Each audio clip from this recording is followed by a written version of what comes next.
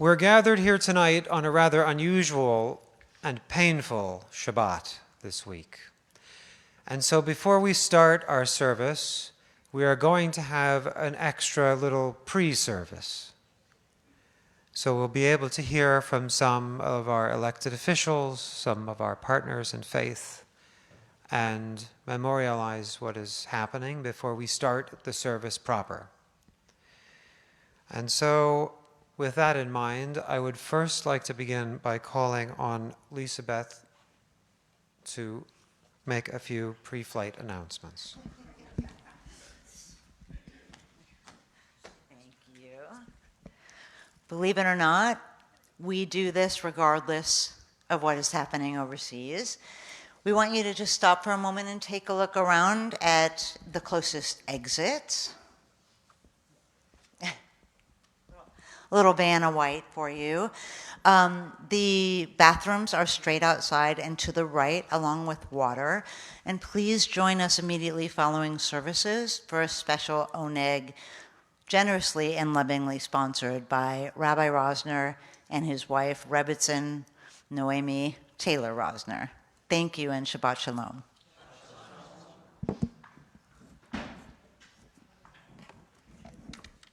May I now ask, if you are speaking tonight, if you would take, in the first round of speakers, if you would take a seat in these rows here so that you're ready when we're ready to call upon you.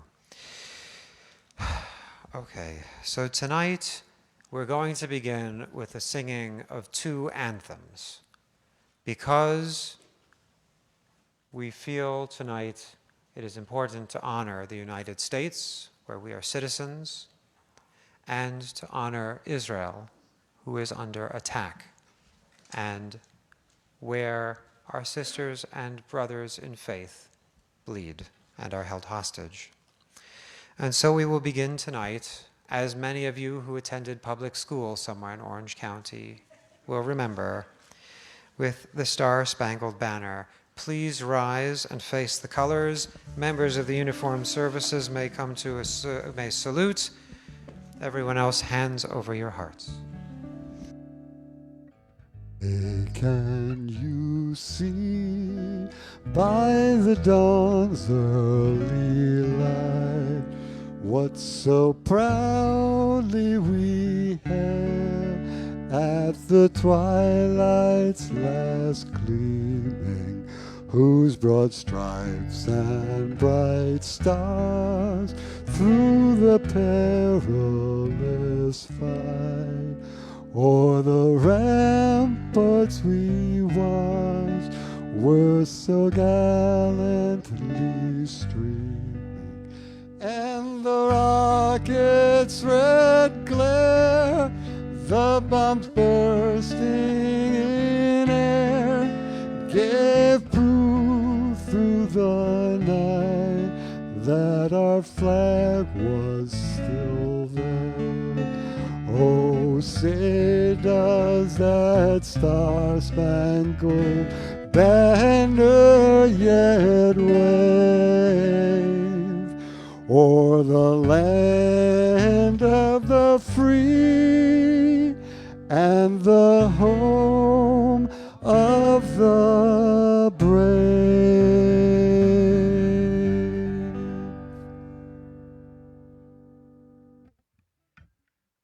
Now to lead us in Hatikva, our cantor emerita, Shula.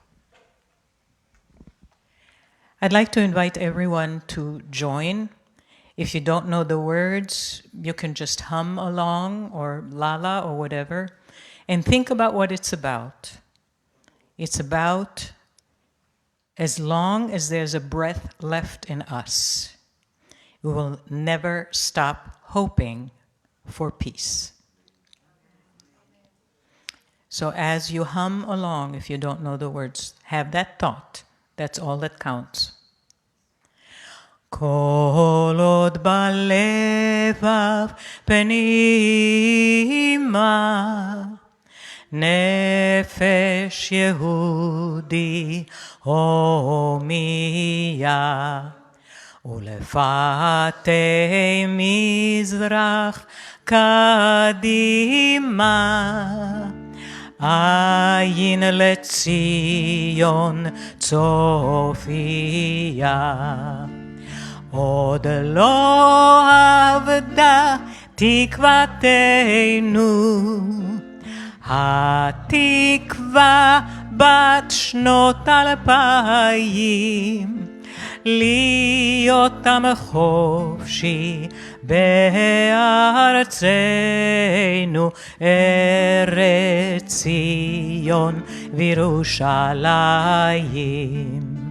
להיות עם חופשי בארצנו,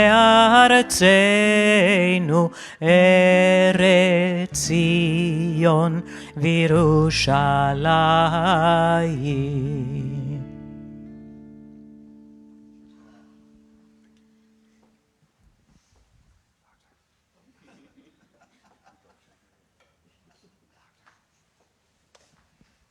You may be seated.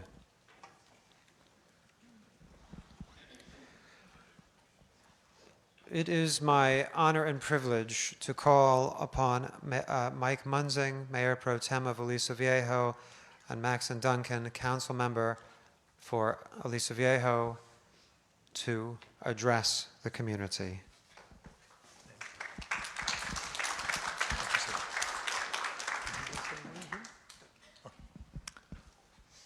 Hello, everyone. I wish it were better circumstances, that is for sure. I'm the Mayor Pro Tem of Aliso Viejo. It is a great honor to be here. I was very honored to be invited by the rabbi. Thank you, sir. It's difficult being an elected official in times like these. We've got folks who believe all kinds of crazy things in our country. But as for me, this is coming from me, I was raised with a father who was a Presbyterian pastor. I've lived my whole life in the church. I was at Auschwitz when I was 11 to go through the tour there, and it affected me, and it's always been with me. I was in Israel at 16 on a tour with my father. So the Holy Land is dear, very dear to me in my heart, and the Jewish people are very, very dear to me. And this is a tough time. And this is a time where I know the city, the elected officials, are working closely with the Sheriff's Department to make sure that everyone within our reach, within our influence, are safe and protected. And I stand boldly behind that to support all of you in our community to keep us safe. This is not time for any political aspect of it. It's just purely people are being attacked in the world. The Jewish community is once again being attacked in the world, and we need to do everything we can to stand with you. As a city, myself individually, to stand with you. I've only wish I was younger and could go over and help in some way, but I'm getting old and I can't do that. I'm too close to death too many times lately. So it is hard for me, but with many, many prayers and a lot of phone calls and a lot of encouragement to those who can influence things, I stand with you wholeheartedly. And if there's anything you need, please let the city know, and within reason, we will try to accommodate that. But we are encouraging the Sheriff's Department and the law enforcement to up their efforts to keep you all safe, to keep the temple safe, and we're here for you. God bless you all. Thank you. Yeah, I'll give it a go. Good evening, everybody. My name is Max Duncan. I am your representative with City Council here in Aliso Viejo, and I reiterate every one of Mike's words. You said it very well. I also want to not make too much of a light of this evening in this day, but last night I did watch You're So Not Invited to My Bat Mitzvah with my 14-year-old daughter. And one thing I learned from this movie was, the Jewish community is, very tightly knit, and you guys party, which, I hope I could be a part of sometime. This is my first time being in a synagogue in a very long time, and I wish it was under better circumstances. But as Mike mentioned, I'm not very good at the geopolitical issues, but I am very good at knowing good people when I see them, and I know the Jewish community are some of the best folks out there, and I stand with you as well. I stand by your side, and I want to thank Rabbi Rosner for asking me to come down today. And again, I'll try to keep this brief, but I know today is a day of rage. I think some people are calling it a day of jihad against good people like you in this room, and nothing saddens me more. And quite frankly, nothing angers me more. I wish there was more that I could do, but in my capacity, please know that I have your back. I will always support you. And thank you very much for having us out here tonight. God bless you all.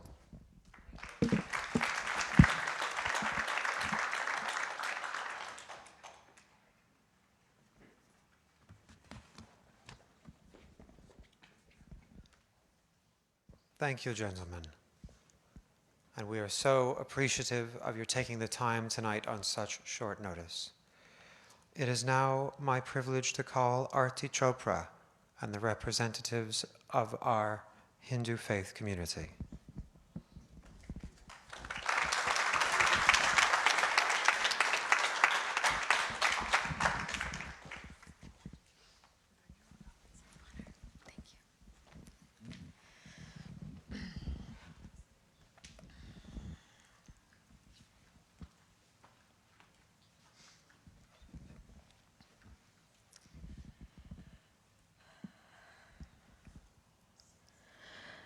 Good evening, friends. Shabbat Shalom and Namaste. My name is Aarti Chopra. I'm a member of the Indian Hindu American community from Irvine, and I have some community members and leaders from our local Orange County Hindu community here to stand in solidarity with the people of Israel and our Jewish friends. We are here to express our sincere condolences and prayers, and really do our best to express what it means to be in solidarity, for Indian Hindus to be in solidarity with our Jewish sisters and brothers. Just like all of you, we were awoken with the most horrifying, shocking atrocities last Saturday morning. And it was ironic because in the Hindu American community, we were just beginning to celebrate a huge legislative win for the civil rights of Hindu Americans in California. So it was a very bittersweet juxtaposition, demonstrating the duality of life. We were absolutely horrified with the images that were starting to come out on social media. And as much as we tried to look away, we knew we couldn't look away this time around.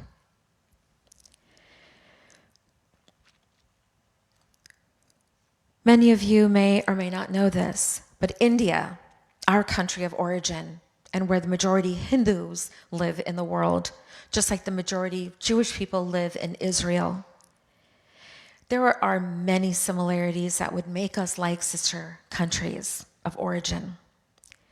India is home to Jewish communities since over 2,000 years, and India is the only country where our Jewish friends have never been persecuted. And we stand proud here as representatives of our Indian Hindu community to affirm that. One of the world's oldest standing synagogues in its original form is known as the Bardesi Synagogue in southern India in the city of Cochin. It is exactly 455 years old, built in 1568 AD. After the destruction of the Second Temple, the first Jewish principality in the world was Cochin, southern India, where the Hindu Maharaja gave them their own district to practice their faith and carry on their business of trading spices. Today, our presence here is a modern manifestation of that 2,000-year-old bond. We are proud to say that today, after the US, Israel's second most important bilateral ties are those with India. And also, many of you know that when the IDF, they finish their duty, they go straight to the beaches of Goa, India, to relax. We have a lot to learn from our Jewish friends in India. And there are many other details But I think what's most important right now for us to express is how we have shown we have been called into action to stand in solidarity. And what does that look like since last Saturday morning? Immediately, the Hindu community started gathering on WhatsApp, like we all do, and we expressed our horrified shock because somewhere it hit us inside as well. Because like our Israeli and Jewish sisters and brothers, your Indian Hindu sisters and brothers have also been through the same persecution in our own ancestral land. We immediately started getting messages of solidarity rallies, and I'm proud to announce that within very few days, the majority of the Hindu community across the United States joined Israel solidarity rallies in cities like all over the Bay Area, Chicago, Houston, New York, and right here in Orange County in Irvine. I myself attended the Irvine rally at the JCC, at the JFED, and Peter Levy knows me well, and he knows that when I show up, the Indian Hindu community will stand behind and show up as well when you need it most. And the leaders behind me are a proud representation of that. I'm an alumni from UC Irvine, and I felt it, my calling and my duty, to join the UC Irvine rally the very next day. And I met with Rabbi, and I could see the shock in his eyes, and his voice had gone. But for students in particular, I knew we had to show up because there's something very troubling happening on our college and university campuses in America, and we need to start addressing hate as the next mental health pandemic, mental illness pandemic. And we need to do it together. I also took it upon myself when I got the emails from the ADL to write emails to the colleges that had held rallies against Israel. And I'm proud to say that I emailed every single one of them. And I've already started hearing back from some of the leaders of those colleges and universities. Friends, this is the least we can do. And yesterday when I got the text message from dear Rabbi, I knew right away what we had to do.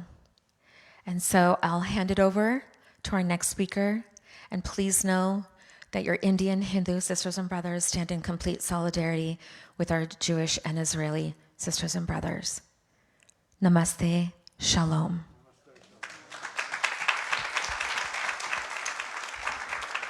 I now introduce the president of our Irvine Hindu Temple, Mr. Deepak Sharma. Good evening. I think Aarti has already said everything that I would want to say. All I can say is that we can feel the pain that many of you are going through, because we also have neighbors in India that are not exactly neighborly, just like Israel.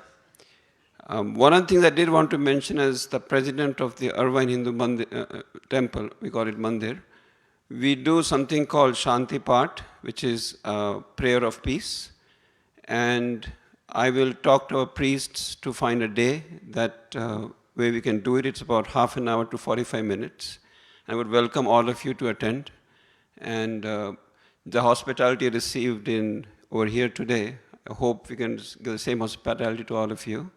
It's about 15 to 20 minutes from this location, so please do come. We'll keep it in the either on a Saturday or a weekday in the evening, so you can come and see the mandir and also be a part of the peace prayer. And all the best to all of us. Like Aarti said, all of both Hindus and the Jewish community goes through the hatred that we all see, and we have to remain strong and ensure that things can get better over time. Thank you.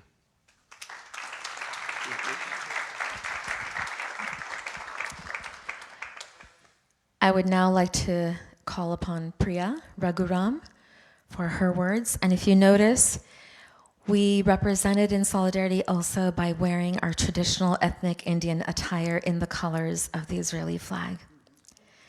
And even I matched my bindi accordingly.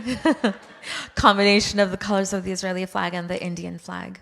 There are various ways we can show solidarity, and we can be fashionable also while we're at it. So without further ado, I hand it over to Priya Raghuram. Good evening, and thank you, Rabbi Rosner, for inviting us today. This has been a very heavy week for all of us. As we are gathered here to pray, to mourn, and to process what has happened over the past week, I think it's also time for us to dig deep into our faith and be more rooted than ever in our spiritual values. Let us be firm in our commitment to human rights. And when we talk about human rights, the most fundamental human right is the right to religious freedom. And nobody has the right to take that away from anybody else. Growing up in India, I've had the privilege of calling many Jewish Indian my friends and neighbors. So this hits very personal for me. I'm also aware of the fact that all of the immigrant communities in India, whether they are the Zoroastrian Iranis or the Jewish community or the Tibetan Buddhists or the Sri Lankans who came into India, they have not just survived, but they have thrived and blossomed and flourished because they have received care and protection not from the constitutional laws, not from democratic values of which say right to religious freedom and all that jazz, but they cannot be implemented really. They have thrived because of the Hindu human values, the ethical values that Hindus live by, that every human being has the fundamental right to religious freedom, freedom from persecution on the basis of their religious rights, freedom to practice their religion openly and joyously without any threats of violence and calls for genocide, freedom to be able to speak their language, celebrate their culture, and respect for all places of worship, regardless of which religion that is. These fundamental core values have ensured that our immigrant communities have thrived and flourished and grown. But sadly, those rights are not accorded to any of us here in this room. So we have to be very firm in our response today, both at an individual level and a collective level. The time to be silent is long past us. It's long gone. And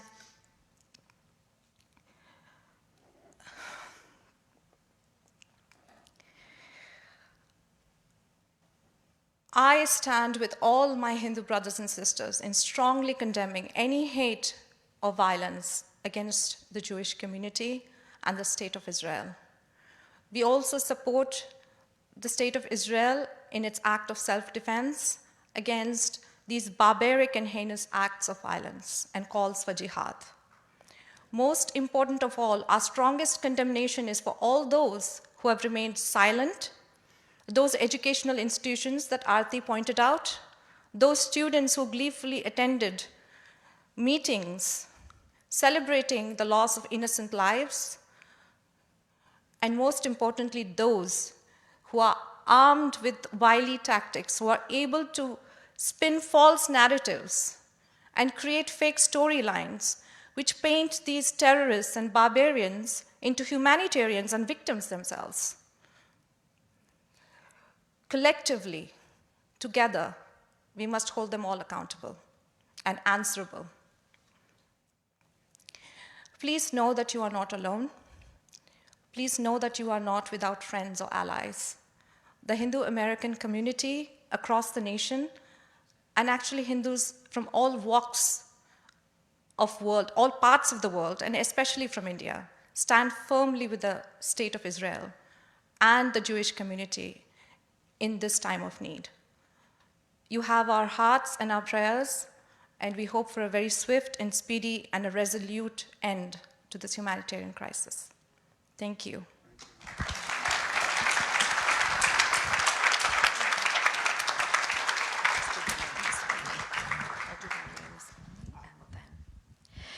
And we have one of our Irvine Hindu Temple's most dedicated volunteers, Mr. Sanjay Gupta. Thank you.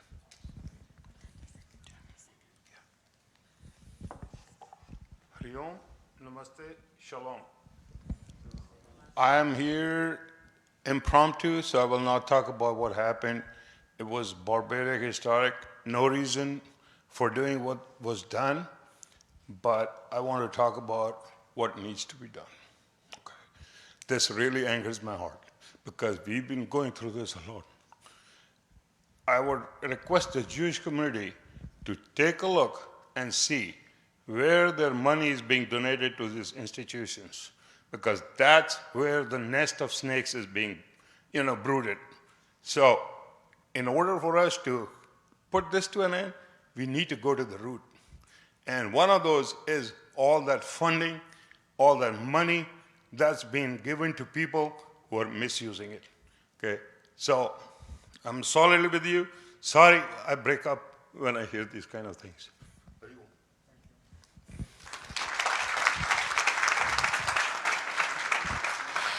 We have Ms. Vidula Vajramushti. She lives right here in Aliso Viejo, so we would be happy to designate her as our Aliso Viejo Hindu-American contact for your temple.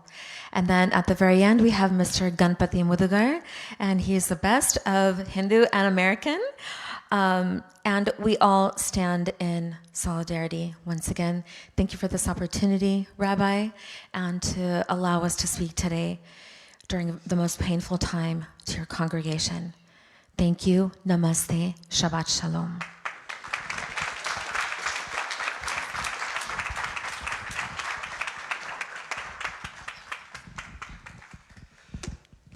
Thank you, my friends.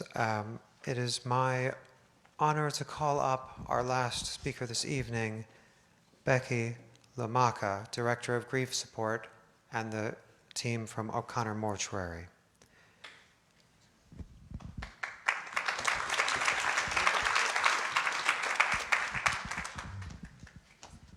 Thank you, Rabbi. I'm here with Joe Fitzgerald, our president and CEO of O'Connor, and Jeff Turner, our vice president.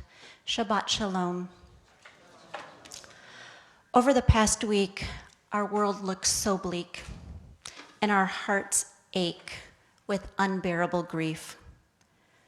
Grief for the torture and murder of Jewish men, women, children, and babies at the hands of terrorists. Grief for too many misguided youth in the US and across the world. Grief bubbling up from our past as the hate toward the Jewish community opens old wounds. We struggle to make meaning out of our grief and out of the last several days. So we gather. We gather as community to help us remember that God did not intend for us to go this alone. We gather in community to support one another. We gather in community with the hope of it providing healing transformation. As we reel in the math, the multifaceted grief we're experiencing, many of you here tonight may feel helpless. You may feel isolated, and you may feel that the world has turned its back on you. When Rabbi Rosner and I spoke this morning, I said to him that my presence here tonight felt so insignificant in the midst of such a crisis. Then I thought about how we often talk with individuals about the power of presence when coming along someone who is grieving, something that is deeply rooted in your Jewish faith. Presence is a powerful gift. We've seen that tonight with the other speakers. The most important act someone can do for a grieving person is to simply show up. So please know that you are not alone. We stand with you. We hold this sacred space to allow you to share your intense grief, and we grieve with you. We cannot take away your pain, yet we are here. We support you, and we will remain present. Thank you.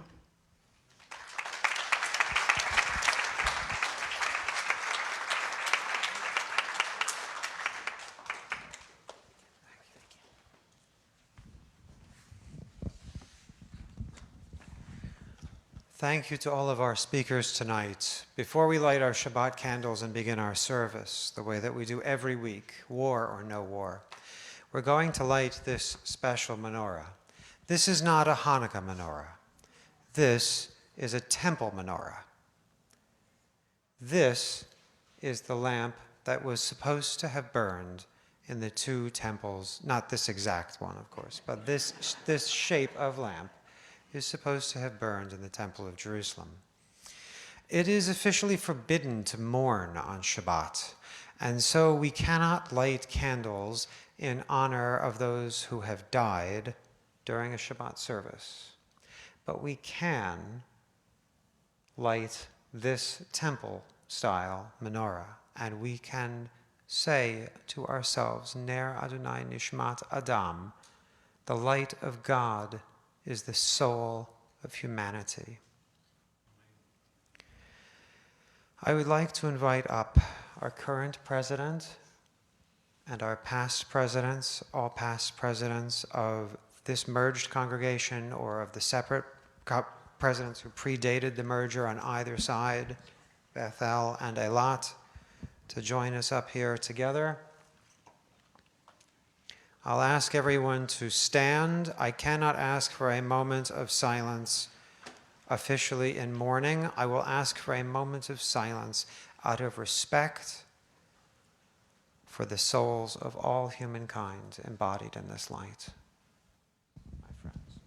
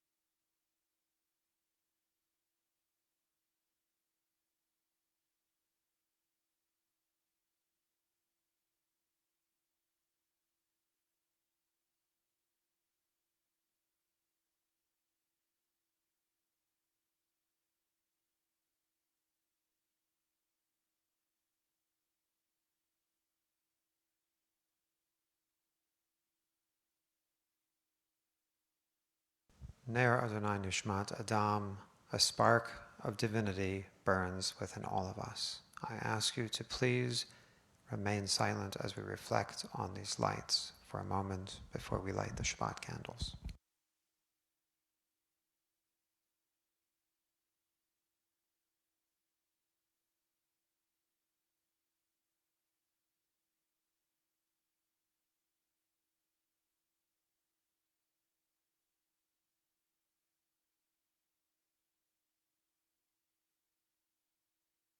We will continue with the Shabbat candle blessing, which is found on page 1. Please remain standing if you can. If you need to sit at this point, you can sit. If you have family members or friends who are currently in harm's way, please come forward and participate in the lighting of the Shabbat lights together. These lights are supposed to bring peace on our homes, and we ask now that they bring peace on those who are not at home this evening because they are in the field.